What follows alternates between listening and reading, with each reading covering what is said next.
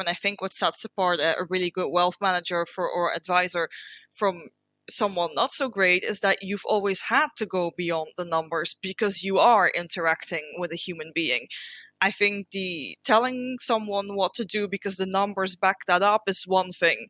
Getting someone to actually do it, or even understanding really why someone wouldn't take that advice because it's just not aligned with their values or their short to medium term future. If you and your client aren't even on the same page as to, what the timeline is that we're working with, AI is not going to fix that for you.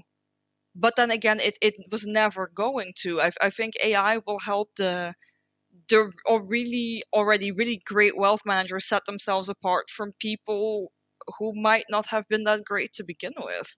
And that's just because now the reliance will not be on what you tell me, but how you tell me, how you help me integrate that information into my plan, how you allow this to help shape the plan, how you take me on that journey as a client. So realistically, I don't think that much is going to change. But that might be a very controversial opinion. Welcome to the Future Ready Advisor Podcast. I'm your host, Sam Sivarajan, wealth management consultant and behavioral scientist. Join me and my guests, from industry experts to top advisors, as we explore the pain points that financial advisors face, how they can solve them, free up their time, and make their practice future ready. Hi, everyone. I'm your host, Sam Sivarajan. Welcome to this episode of the Future Ready Advisor. Today, I'm here with Merle van den Akker, a behavioral finance expert who is here to talk about practical applications that advisors can use in building trusted relationships with their clients.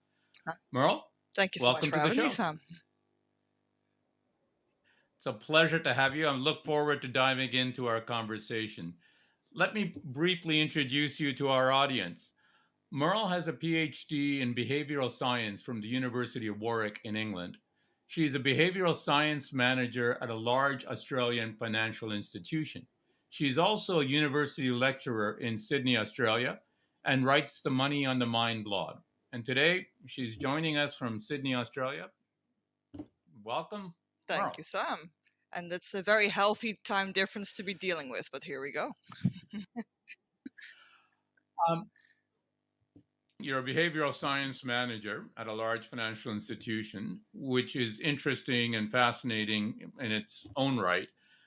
I'd love if you could walk us through a little bit Sure. about your journey to today into your current role and what you do as a behavioral science Sure. manager. So I knew very early on in my life I wanted to study psychology. I didn't understand people much growing up, but I was fascinated by them, almost as like a clinical research object. You get that a lot with people who don't understand people. They'll end up studying them. I was no different. But what I ended up doing was not a pure psychology degree, but I ended up doing a liberal arts and science degree, which at the time was very, very popular in the Netherlands, where I grew up and where I did my undergrad. But a liberal arts degree in the Netherlands is kind of this choose your own adventure, where it is very common to have double or maybe even triple majors. So I had psychology, but I needed to figure out something else. Now, my dad, for my whole life, has been an economist. I used to have this rebellious teenage phase where I was like, oh, I'll be nothing like you, Dad. I'll never study economics. I'll never make money, because that's something to aspire to, apparently. Which obviously meant that as soon as I grew out of this rebellious phase, I realized that economics is actually incredibly interesting, and it is one of the best applied forms of psychology. So you can call it behavioral science, behavioral economics, economic psychology. I honestly don't mind too much, but it's the thing that I find most fascinating, because I, like many other people, especially at the time, was just rubbish with money, and I couldn't for the life of me figure out why. So I had an interest in it throughout undergrad. I did double major in economics and psychology, so thank you, Dad. And then thanks to a great conversation I had with my faculty's then dean, he told me, probably you're a very good fit for behavioral economics. I at the time had no idea what it was, so it's a accidental behavioral economist, if you will. And he told me to go to the UK. I don't remember ever having planned on having my education in the UK, but he was like, yeah, that's really where this field is now starting off. And that education, that you can do a master's degree there, and that will probably be your best bet. So I was like, okay, I'll go to the UK, did my master's in the UK, enjoyed it a lot, then did my PhD in the UK, realized that potentially being a pure academic wasn't for me, at least definitely not at that life stage. And then through connections, through friends who at the time had already moved to Australia, ended up in working in Sydney for a bank, essentially. Easy does it. Awesome. Yes, the accidental behavioral scientist. I think many of us can attest to that career path, Absolutely. if you will. So, what exactly does a behavioral science Sure. manager do? Because it's not a profession that many of us would have grown up No, knowing no, it about. is very, very recent, and it's I get this question all the time. So obviously, this looks different from unit to unit. Some people are very internal consultant heavy. Some people are very data research heavy or data science heavy, and others are very experimental in nature and by training. It kind of depends really what sector that you're in, and of course how open your respective company is to experimentation, because that's not always the case. Now, I think, within the bank, we got incredibly lucky because the team has existed for, I think, close to 8 years now. So a lot of these, what is behavioral science? What is experimentation? How do you do it? Well, these conversations have already been had, as I joined. So that was really, really convenient to straight out of a PhD, be able to work in corporate and just hit the ground running. So what my job, technically speaking, entails is I am an internal consultant. That is how I'm classified. But like many of my colleagues, I've got a PhD background, I've got an experimental background, and we design both in field and in lab experimentation to study whatever questions or core concerns our internal stakeholder has.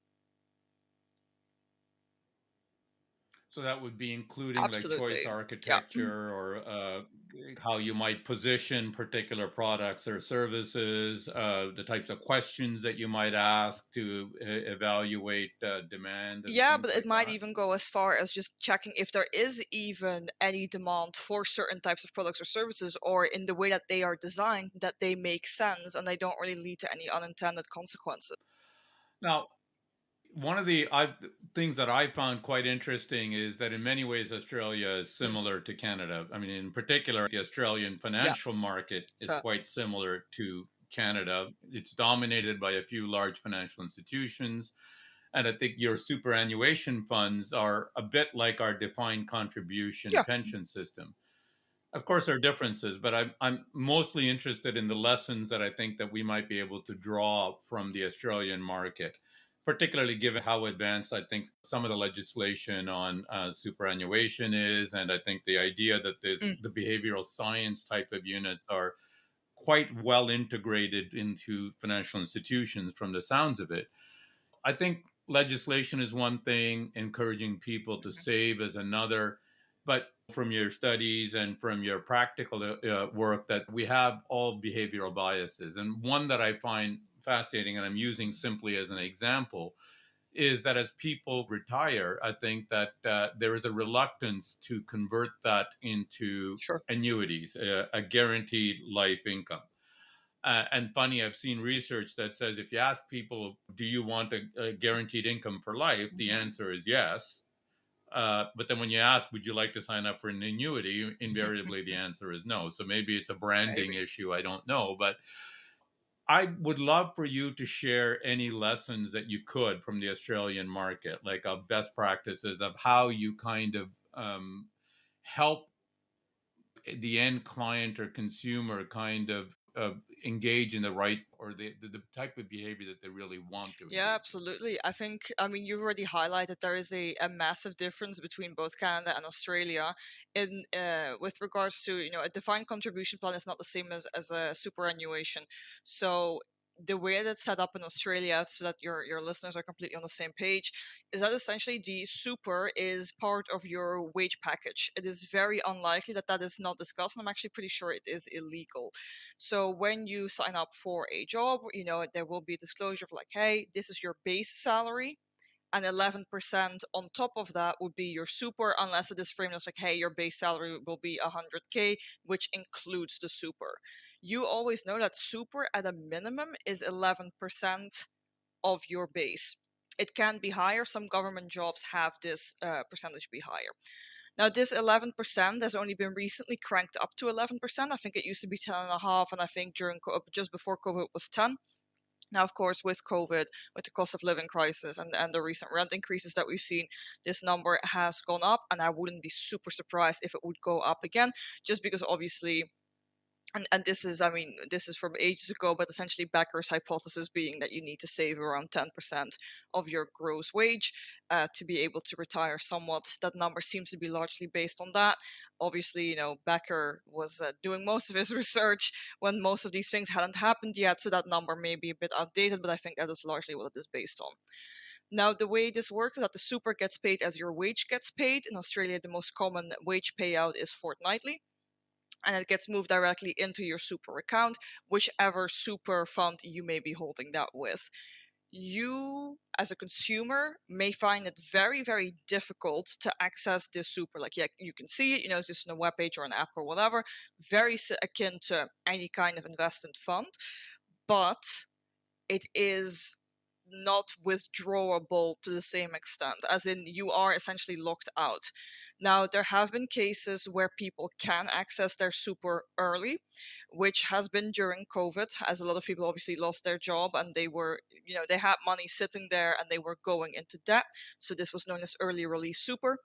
Has been a lot of research on that, on Mhm. how that ended up working out. It actually was a very successful program by any measure. To the extent that we are aware now, it may, a couple decades down the line, may not look so super anymore. And then there are conditions of extreme hardship in which you can also early access your super, but there are quite a lot of processes that you would have to go through to be able to access it that way. So in that regard, is quite different. Of course, again, like, this 11% is a default. As you're well aware, most people as a result will be on this default, but you can increase your contributions, and anything that is increased on top of this 11%, which is a default and is actually a legally required percentage, what you contribute then maybe for your retirement, because there is tax benefits to doing that. Super contributions are taxed very differently from your wage, but you may also use that as a way to save up for your first home. That system has also been recently introduced, where there are tax benefits to locking this money away and only being able to unlock it once you can prove that it would be going towards your first home deposit. So there are systems there that essentially allow you to lock away this type of savings, and that is essentially what super is known as: a very aggressive, locked away savings account, despite the fact that this money is invested. Now, just not that you would be that interested, but for the listeners, the similarities between your super and our defined contribution system is we don't get 11%. But I think, again, companies will make a contribution as a part of your overall comp into this defined contribution plan. The employee can match it, and they can put excess amounts up to a certain limit. They can also put it, because it's, again, treated favorably from tax. The investments in the defined contribution plan are managed by an institution, but the employee picks which manager and which type of investment strategy, etc., and Yeah, it's locked in. So until you retire, you can't pull these monies out, except in a certain set of circumstances. But if you do withdraw it, you pay yeah, penalty tax to do it yeah, before same your for us. retirement, etc. But I think the superannuation, I like the example of what you've done, because I maybe in some ways I would say it's a further ahead of the system in Canada. I mean, especially when you're talking about 11% and it legislated, etc., as Mm. a contribution. I wanted to put that as a parallel to kind of then go into the behavioral Mhm. side of things. How does companies, your work, etc., kind of encourage people? Again, part of having this in a legislation Mhm. is one thing, part of explaining to people the Yeah. benefit of having this grow in a tax advantaged account, et Mhm. cetera, is another thing. But to get people to do it, to get people to the extent that they might be able to contribute in addition to what the company is contributing, is there best practices that are in place in Australia that kind of, and it will tie into a little bit of some of our other conversations, questions down the road about nudges, etc. But is there certain types of behavioral best practices, I guess, that's there to kind of encourage Australian consumers to maximize their use of the super funds, etc.? Honestly, I don't think I've seen this to the extent where there is like a nationwide or like a unified approach to this. I just happen to know that the super fund that I am with really enjoys social comparison, because on your balance they indicate, like that there's an asterisk behind it. Obviously, the first one indicating like, hey, your balance as of this time, this day, not the most up to date thing, but also just in general, like your second asterisk, if you will, is essentially them saying like, hey, this balance is below or in line with or ahead of your age group. Now, I remember initially coming to Australia, and I'd only, of course, just gotten super. I got my first super payment, finally started my balance, very excited. And they were like, yeah, you're like several tens of thousands behind on your age group. And I'm like, well, I've only just started, please. Like, it's very demotivating where I'm like, well, I've got a long way to go, I guess. But it's a very interesting one. Now, I've seen the numbers for what the averages should look like for the age groups. And this is, of course, one of the main concerns when you're using social comparison or peer effects, if you will. If those numbers aren't enough to begin with, for whatever reason, because of early release super, because of additional withdrawals, because super is based on wages and wages haven't kept up with inflation, then realistically, like, this is going to again lead into problems. I think in general, what the super system has done incredibly well is that because super essentially they are managed funds. So like the super funds, they are managed funds. They just happen to be for super.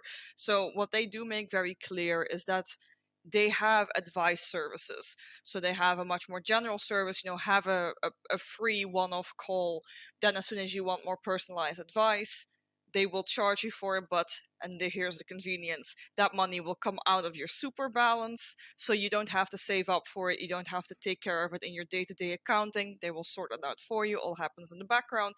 And so the barrier to access, the barrier to advice is very, very low. The access to advice is relatively high as soon as you have the money in your super account. I think advice here, it can start, I think you can have a 90 minutes, if not even longer call, which I think here, depending on which fund you're with, will cost you somewhere between $75 to $100 to just get like, hey, where should I invest my money? How aggressive should that be? Does this align with my values? What are my timelines? These kinds of conversations.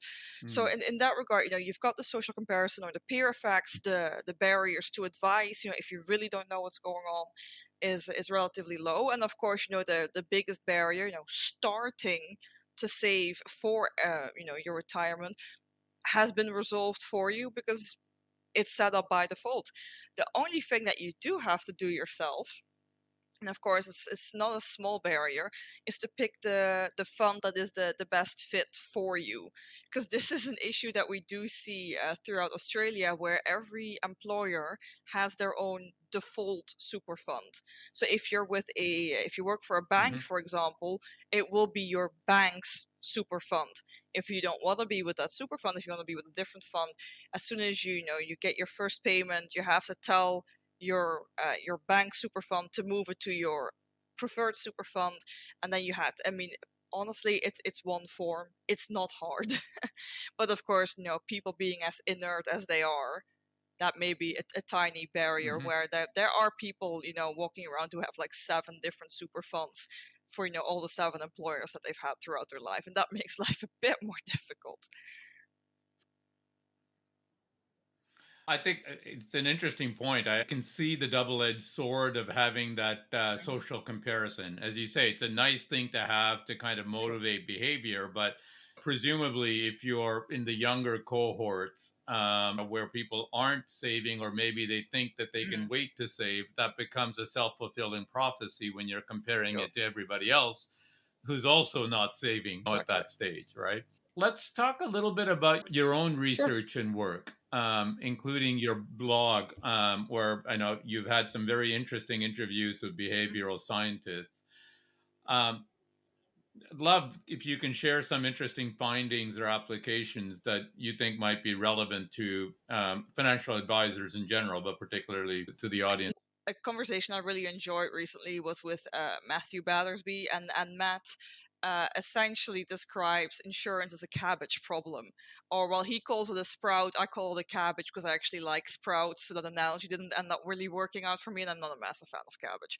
So these sprout or cabbage, or insert unpleasant vegetable in here, is essentially just that for insurance and investing has a very similar problem.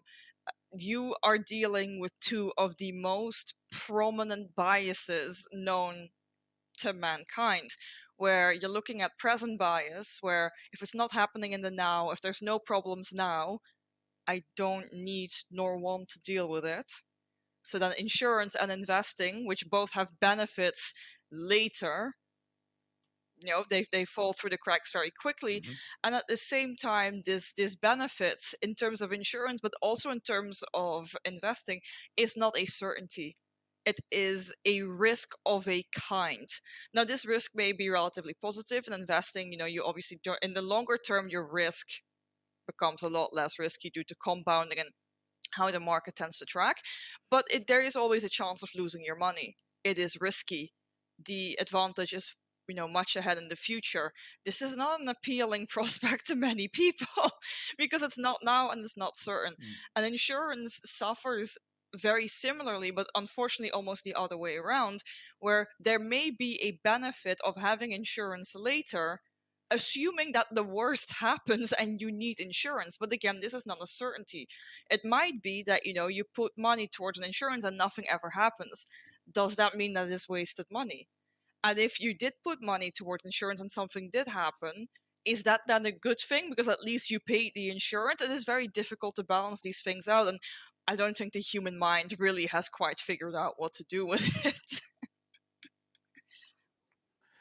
Yeah, it reminds me of this. I think there's a joke, but like a religious person, they believe in Mm, an afterlife, but they don't want to no, die to get to find no, out what it is, right? I mean, and I think it's a similarly, I think in this case of insurance, it's one of those things that when it pays out is when yeah, something bad has happened. So I think there's a lot of people that don't want to think no, about that bad event occurring. So the best way to not think about it is just not kind of buy insurance no, or it's deal very with it, true. right? So I think it's a really good insight that you're putting, and the present bias I think Yes. is huge, right? I mean, the idea that you can't see the payoffs of either investing or saving for retirement or insurance for Hmm. many years in the future, etc., it becomes less salient Absolutely. to people to sit there and say, I should make the tough decision now, I should forego the new phone, the new car, the new vacation in order to pay the premium for insurance, to pay for an Absolutely. investment, etc. But I'm not going to see any benefit of it for. No, so I'm unaware of how the defined contribution plans work in Canada, but insurance is actually a large part of the super system here as well, where through your super fund you can buy life insurance, death cover, income protection, disability protections, and insurance, both temporal and permanent. And so this product, this service, has two cabbages combined. Well, actually three. So the Oh retirement wow, savings, okay. the investment aspect, as well as the insurance aspect, it's one hell of a product from a behavioral perspective. And it's a big take up. So is the findings that people through the super that they tend to then add other products like the insurance cover So I think with you it? are defaulted into, I think, the minimum levels of all of them. That may be fund dependent, so don't quote me on that because I have experience with one fund and one fund only. I made my choice once and I am sticking with it because the sunk cost fallacy is a very strong fallacy as well. But this may depend. But and again, you can talk to and I would recommend, although it's obviously not financial advice, that people go talk to their financial advisor about what your insurance options should be. Because if I'm being very honest, investing I understand quite well, and I think most people can get into investing relatively easily. There's a lot of knowledge out there. I'm not saying jump onto TikTok. That might actually be the opposite of what I'm saying, but there is quite a lot of information out there on investing, what's tracking, what's likely to perform well, who did what, how does Warren Buffett say that you need to do things, etc. Like, there's lots of information. I personally am not aware of the same hype around insurance. I don't think insurance ever made it really onto TikTok or it's the much more boring cousin of managing your wealth, which is unfortunate for insurance.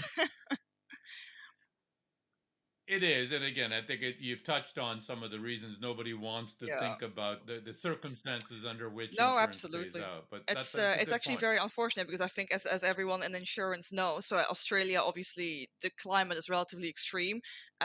One year we've got floods, the other year we've got bushfires, and some more floods, some more. You understand where this is going, and of course most people buy insurance straight after the flood or the bushfire, when unfortunately a lot of people have, of course, already lost their assets and hopefully nothing more than their assets. Right. But then it becomes very salient. Obviously, the media reports on it, it's not super surprising, but realistically, then the event becomes so salient that maybe it is time to, maybe now insurance can finally become a priority on that endless to-do list. And it's Now, you wrote a very interesting paper mm, with Cass Sunstein, another behavioral scientist who is a leader in the work on mhm. thinking about nudges and co-authored the book Nudge together with Richard Toller. Can you talk a little bit Sure. about the paper and explain for my audience a little bit of what exactly, in layman's terms, what a nudge is and some of your key findings? I found Oh, it no, quite thank you so interesting. much. Yeah, of course, happy to. So realistically, not just a change in choice architecture. You're not messing with incentive systems. You're not redesigning the whole lot. It is often relatively small. I hesitate to say that it is relatively cheap because that really depends on how you scale these things, and they can actually become very expensive very quickly, depending on how you want to do them. Now, what we tested specifically in this paper is just people's general attitudes towards a plethora, I think about 36 different nudges that you can apply in the financial domain from the perspective of a financial institution. So think of system 1 type defaults, or system 2 type personalized feedback, comparative feedback, things like this. And it was just across these nudges we just tested, like, hey, do people prefer a system 1 nudge or a system 2 nudge? Does it matter if it's being rolled out by a bank or like a financial institution or something else? Like, if it's not disclosed, do people have a much stronger preference for it? And does it matter if we know this nudge is transparent, meaning that we very much explain this is why it's rolled out, this is how it works, and this is the outcome this is going to lead to. With that level of additional information, knowing that an institution may roll this out for a very specific purpose, are you still happy with it? And what we find throughout is that people do have a general preference for system 2 nudges. That is not surprising because they tend to be perceived as a lot less manipulative. We do find that ourselves as well. Hmm. But then again, manipulative how? Because what ended up happening is that Hmm. we didn't actually find an effect of transparency at all. And I think the reason for that is that most nudges, especially system 2, but system 1, a couple of examples as well, nudges are really quite obvious. Like, I understand that Hmm. the very famous cafeteria example, like, hey, put the fruit at the till and not the lollies and the gummies and the chocolate and whatever. I think when people see it initially, they may be surprised. Then if they get explained, like, hey, this is just because people impulse buy here and we want people to be healthier, but obviously, if you want chocolate, it's just like 2 steps behind you, no one's going to care. Call that manipulative if you like, but Hmm. I don't think the average person would. And our paper indicates that probably people don't go as far as saying, well, if you don't remove the choice entirely, if you don't make it impossible for me to get somewhere, Why would I call it manipulative? So we see that throughout. So there was a preference for system 2 nudges, but system 1 nudges were not rejected, and they were still rated above neutrality. So that was fine. Now, we didn't find an effect for transparency, as I said, probably because this stuff was really quite obvious. And then Mm-hmm. the last thing that we found, which we didn't have a hypothesis for, but what we did is that most of these nudges, they were actually split. So there was a savings nudge and an almost equivalent spending nudge. Of course, not all of them map one onto one, but what we find is throughout that people actually do have a preference for saving nudges. Now, we've done similar work, which unfortunately is not yet out in the public domain, but what we tend to see throughout is that a nudge is rated really to the extent that it is in line with what the person themselves wants to achieve. Now, spending Mm-hmm. restraints very often can be seen as a bit too big brother.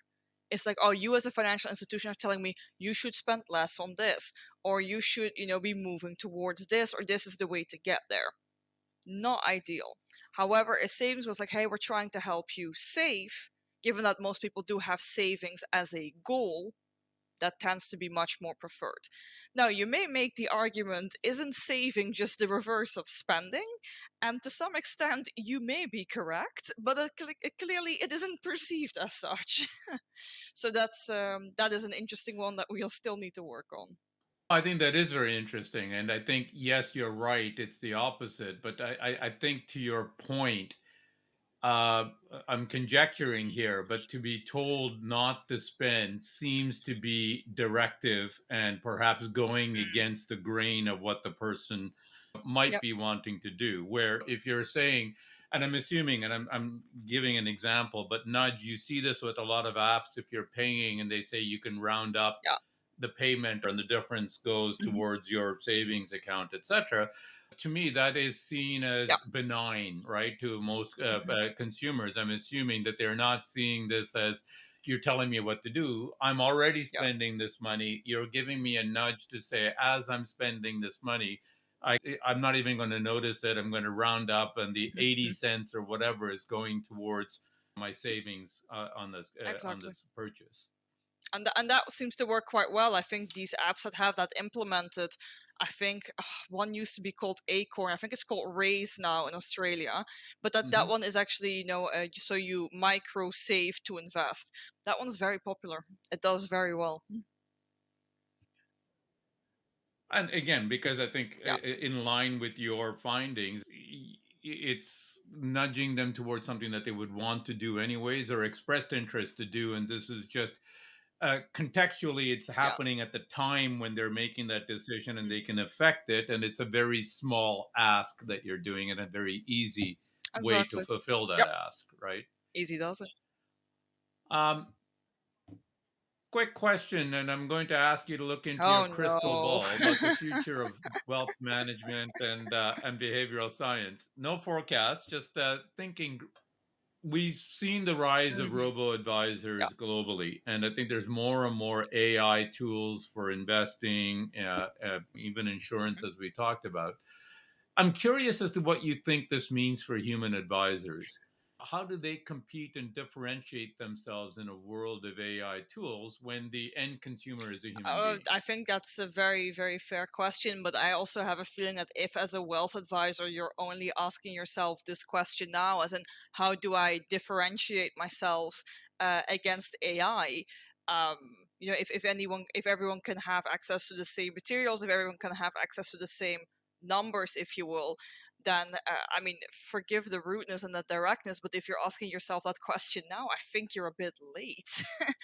I think in general, when it comes to and not to underscore anyone's talent or skill or unique ability, but I think in general, most, especially the larger wealth managers, the models that they're running, which have contained machine learning and AI for a very long time already, they've already been struggling with this for a long time. And I think what sets apart a really good wealth manager for or advisor from someone not so great is that you've always had to go beyond the numbers because you are interacting with a human being. I think the telling someone what to do because the numbers back that up is one thing. Getting someone to actually do it, or even understanding really why someone wouldn't take that advice because it's just not aligned with their values or their short to medium term future. If you and your client aren't even on the same page as to, what the timeline is that we're working with, AI is not going to fix that for you. But then again, it was never going to. I think AI will help the or really already really great wealth managers set themselves apart from people who might not have been that great to begin with. And that's just because now the reliance will not be on what you tell me, but how you tell me, how you help me integrate that information into my plan, how you allow this to help shape the plan, how you take me on that journey as a client. So realistically, I don't think that much is going to change, but that might be a very controversial opinion. I No, I actually don't believe it is. Certainly not to Mm, advisors. I mean, perhaps to the people that are mm, building AI of engines, course. it might be. But look, I couldn't agree with you more. Mm, I'm an investment guy. I totally believe in the importance of asset allocation and all of the efficient frontier and all of this finance theory that's behind mm, modern portfolio theory. But at the end of the day, anyone that has been banking on that as their differentiator for the last 10 years has probably had a challenge because more and more asset allocation, portfolio selection, mm, these are very important, but they're table stakes. They're not very easy to differentiate your approach from mm. the next advisor's approach or the next Yeah, firm's approach. So I think your point is bang on. I truly believe that the differentiating factor is being able to understand the human being behind the portfolio or that policy that you're talking to. What are their hopes? What are their dreams? What are their preferences? Being able to kind of help them against themselves to some extent when they have mhm, these biases or yep, short termism and all of the present bias that we talked about. And I think that in that type of setup, an advisor that can speak to the human being but then can benefit from having the AI tools to kind of streamline like a lot of of what course. may have Mm. been very uh, time demanding work and to do some of this kind of portfolio selection, etc. I think that it's not a threat to those types of advisors. It's actually a benefit to kind of help them do No, more with absolutely. less. I think AI can be used as a massive time saving tool, and it should, if you can use it to make your life easier, quicker, more profitable, less annoying. You absolutely should. Outsource as much as you can to the extent that you are obviously comfortable. Data privacy and other things permitting. But I don't think this is going to be the wealth management revolution that a lot of people think it is, and there is research backing this up. So I have to admit, no, for transparency for your listeners, robo advice is not something that really has taken off in Australia because legislation doesn't allow for it. So in Australia, most financial institutions, if they're not a specific financial advice institution, meaning that they employ financial advisors, people who are certified and trained for this, they are not allowed to deploy these kinds of things. So, for example, a Hmm. bank or an insurer, if it's not a financial advisor you're talking to, the person that you are talking to cannot give financial advice. And the Australian government has ASIC, the regulator here, the consumer regulator here, has cracked down on finfluencers, so social media finance influencers. They've essentially been, well, wiped out sounds a bit aggressive, but that area of employment, if you will, has essentially been terminated unless these people actually got their proper certifications in order. Some of them actually have, the majority have not. But so this is actually not allowed in Australia at all. Where you do see a lot of interesting research with regards to robo advice and the integration of AI is actually Germany. Now, you might be a bit surprised, like, why Germany? Their banking system is really quite well advanced. I'm not saying it's the most advanced in the world because that would be a bit much, but it's relatively advanced, and they have a lot of open data sharing agreements in place, and they're very open to academic Mhm. collaborations. As a result, lots of research comes from Germany. So what they have found throughout is that even if you, and of course this is all experimental lab work, so we're talking samples of like hundreds of people, not exactly millions or thousands as you would see with entire banks customer base. But what they find throughout these types of research is that people can learn to appreciate an algorithmic trader. So if they enter an experiment, they have money at stake, they can see a human advisor perform, they can see an AI advisor or robo advisor perform. Throughout, if they learn that the robo advisor outperforms the human, they will slowly move more of their asset allocation to the AI advisor, some people moving everything to the AI advisor. That is great. It means that at least people care somewhat about performance. If you add the additional level of cost to it and then the AI becomes significantly cheaper, excellent, most of the money moves to the AI. If the human advisor is significantly cheaper, most of the asset allocation moves to the human advisor. People are very cost sensitive, which makes it highly ironic that robo Mm-hmm. advice is not as highly taken up as a lot of people expect it to be, because it is significantly cheaper. At least we don't see this uptake globally as much as I think a lot of people would have expected. Uh, Not even in the States, Mm-hmm. where you think this would go wild, but apparently it really Mm-hmm. hasn't.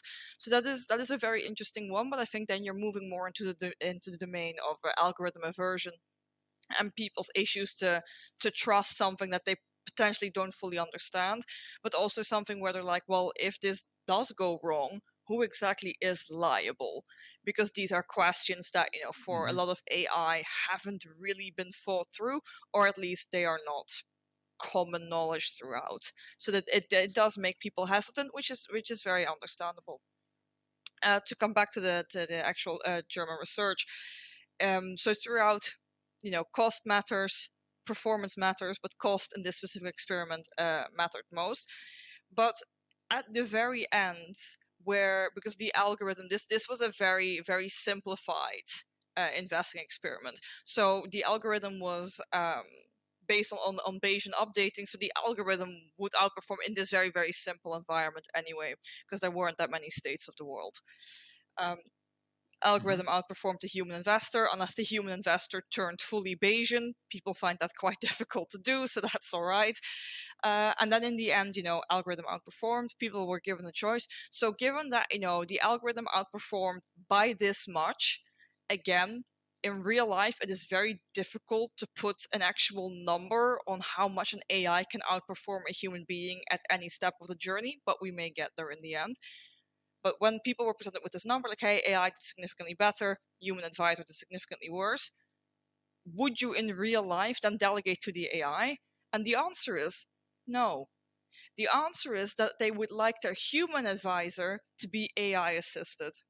So even if you can show, yes, Really? so even if you can show that the AI does significantly better, people will still be like, oh, okay, but like give that to a human advisor so that they can see that, and then we can talk.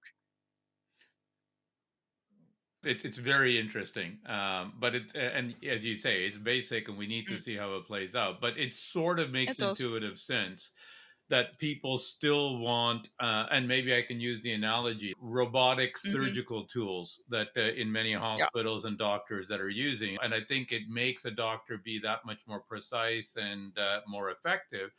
But I think there's very few patients that would really want the robot to be operating Hmm. on them alone, Yeah. independently, right? They want it to be under the control of a human a physician, etc., that can understand the broader picture and the Yep. broader needs, etc. And so I can sort of see the findings from the German research from that perspective, that you want that Hmm. hybrid. And so that's good news for advisors that take the benefit that you can from AI tools, but still kind of refine the client service, the discovery, the support that you can provide, and the understanding that you can provide your clients. Fascinating. We're coming to the end of our podcast, so I have a few final questions for you that I ask Let's do it. all my guests, and so it's in a rapid Okay. fire format. So I'm when you're ready. ready, so number one, Yes. professionally, what is the most important lesson you've learned over the years? Doesn't have to be. I think that might be two things. One, measure everything because you can't trust your own memory to save your life.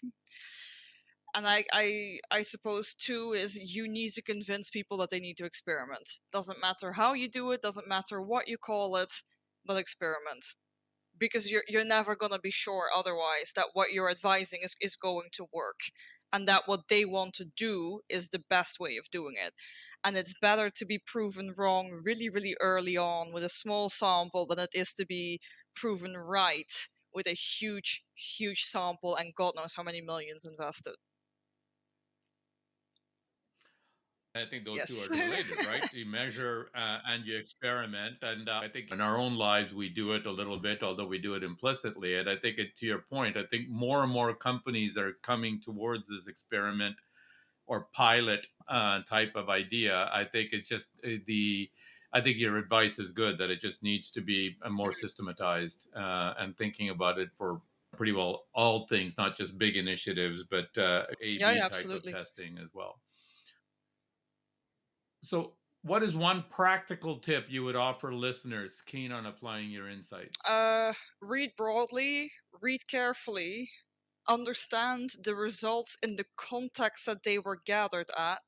And if you want to apply this to someone beyond yourself, ask yourself the question, would I want this applied to me? And like, what would I do if this were applied to me? And if the answers are unfavorable, find out why and maybe hesitate to do this to your customers. I love that. I think you're absolutely right. I think the golden rule should apply, and even on behavioral nudges, etc., is to think, would you like it? And I think your point about context, I couldn't agree with you more. I think part of where I think we talked about AI before, part of what I think is unique about being human is hopefully that we can Mhm. contextualize. I think sometimes it's a lost art, but I think we can contextualize. I'm not entirely certain that the current generation of AI can understand context well enough to kind of make It recommendations it or is predictions. difficult. But It is difficult. I you know, think work that has been done on it's called Homo silica or synthetic agents. This work is in the public domain, and there's many in financial as well as tech firms who have started this type of work, where they ask ChatGPT to imagine it was certain things and to essentially think as if it were an experimental participant. But what we've essentially figured out very quickly, and this makes a lot of sense for how ChatGPT is trained, is that Chat doesn't understand non-American contexts because ChatGPT is American, because it might be trained predominantly on American data, which that is just the internet in English, which is predominantly what ChatGPT is mhm. trained on. It may be that it weighs American data much more heavily in its model, and it might just be patriotic in nature. I honestly have no idea. I've never seen the model itself. But this makes it very difficult because if you then want to ask Chat, so Chat GPT is just one of the LLMs I'm most familiar with. It's not a rant against OpenAI by any means. Um, but just is asking these LLMs like, hey, imagine that you're an Australian 26-year-old woman with like this much student debt in the Australian context looks completely different from being a younger American woman with that level of student debt because obviously of the systems that are in place. And I can't even imagine what happens if you take this outside of the Western world and if you ask ChatGPT or Mhm, any mhm. other large language model to pretend to be a young South African man or an older Venezuelan lady. Like I have no idea. And I think these LLMs also don't know because that data is much less available and Mhm. then context becomes a huge problem because it can't. No, totally agree. We'll have to leave it there and pick it up on a future conversation to solve that contextual problem. But Merle, this has been immense amount of fun. Thank you for joining us from early in the morning All in good. Sydney, Australia. If listeners want to learn more about you, your blog, or find Mhm. out about your work, where do they go? Uh, Honestly, I used to be very active on Twitter, but I haven't been much lately, which would be at MoneyMindMerle. But I think your best bet, honestly, is to just go to the blog, which is moneyonthemind.org, or just check out my LinkedIn, where thankfully you can follow people as well. You don't immediately have to connect. That is probably your best bet. Like, LinkedIn is honestly what Facebook used to be, which is a terrible thing to say about a career website, but here we are. Awesome. Merle, this has been a Thank you so pleasure. much for Thank having me. you again.